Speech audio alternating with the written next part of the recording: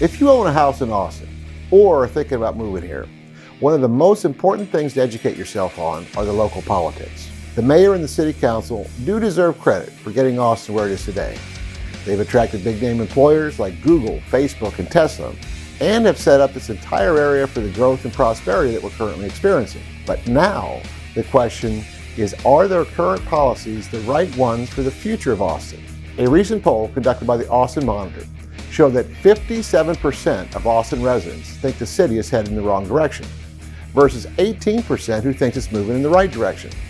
25% were unsure. This is much more than a Democrat-Republican issue. This is about a vision for the future of Austin. If the city leaders continue to look to Los Angeles and San Francisco for models to implement here, we increase our chances of duplicating the same problems California is facing today, such as unaffordability, homelessness, and rising crime. If you currently live in Austin, it is in your best interest to understand some of the recent policies that City Hall has implemented. And if you don't agree with the direction we're going, you need to make your voice heard. Stick around for this video, and I'm going to tell you all about it.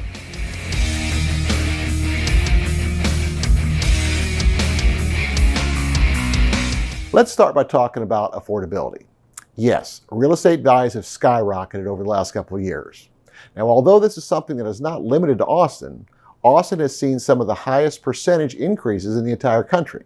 Now, City Hall has minimal control over property values, but there are other components to affordability that they do have control over. Spencer Cronk is the Austin City Manager and has released his proposed budget for the 2022-23 fiscal year.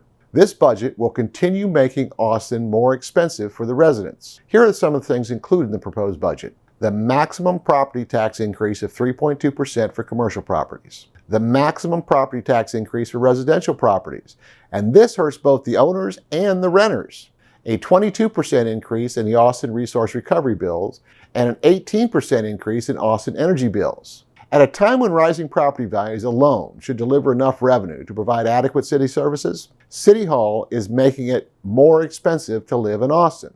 Another thing that has a huge impact on housing affordability are the development fees charged by the city.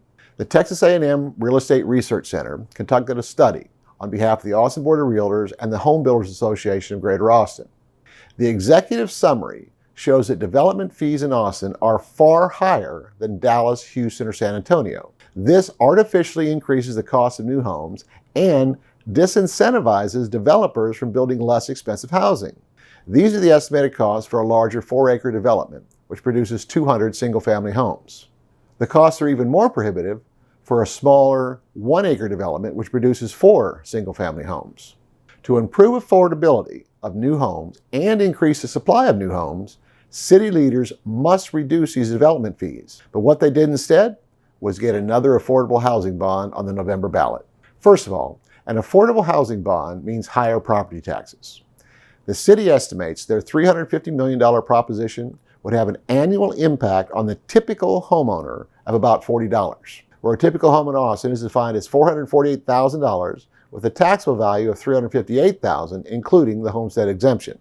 These bonds support a range of housing programs, including the creation of affordable rental units for low-income residents, repair and rehabilitation services for homeowners, expansion of the homeowner opportunities for moderate-income Austinites, construction of supportive housing for those exiting homelessness, and the acquisition of properties to produce more housing for those with lower incomes. Austin Mayor Steve Adler said, "We are hemorrhaging people. We're losing a lot of diversity that makes this city special. One of the most successful proven tools we have in this city is affordable housing and affordable housing bonds."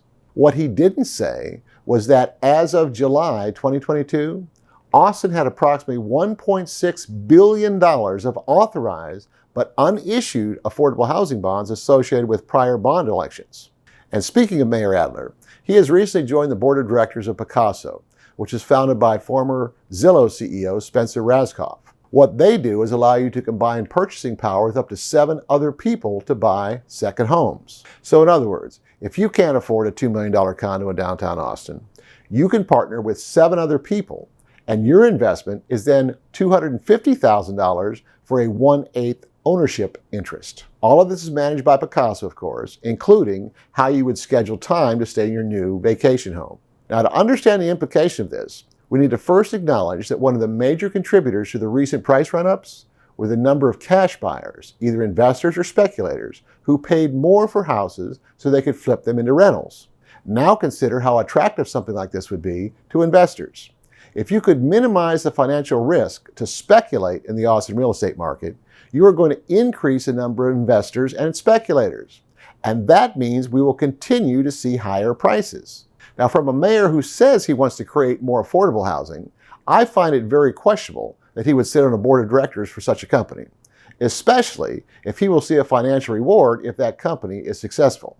Now, one positive note is he doesn't have a track record of successful policy implementation. Do you remember his plan to solve the homeless problem?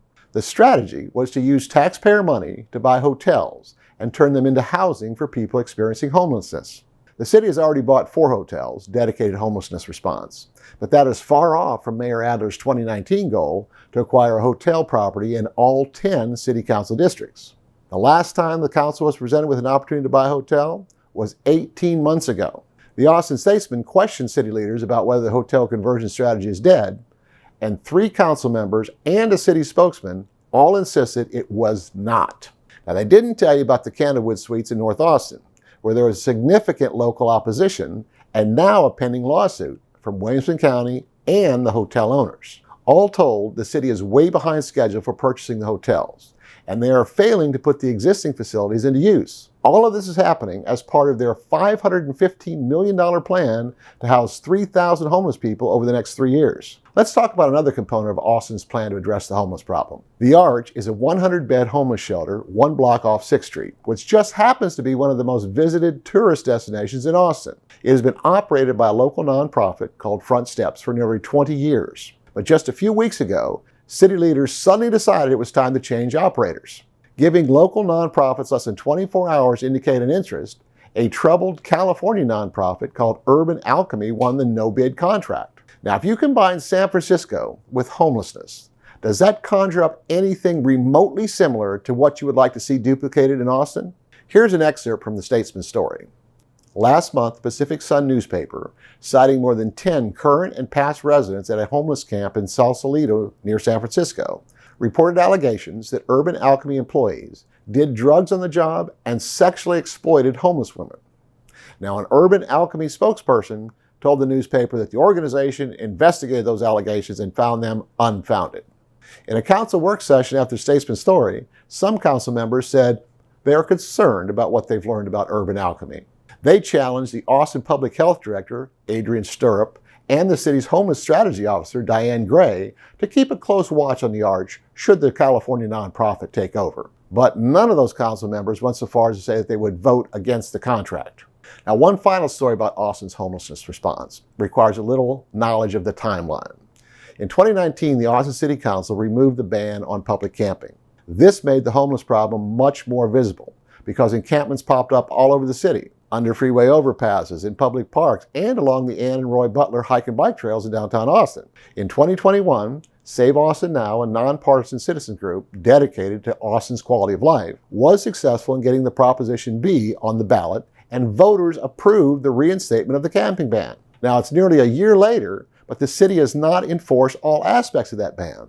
So there is now a pending lawsuit to compel them to do what voters have already approved. This story from August 12th of this year indicates the City Council is now considering creating sanctioned encampments in all 10 districts. If anything I've gone over in this video makes you concerned about the future of Austin, then I encourage you to, number 1, do your own research and verify that everything I'm telling you is true. And then 2, if you don't agree with the direction the City Council is taking this city, then please make your voice heard.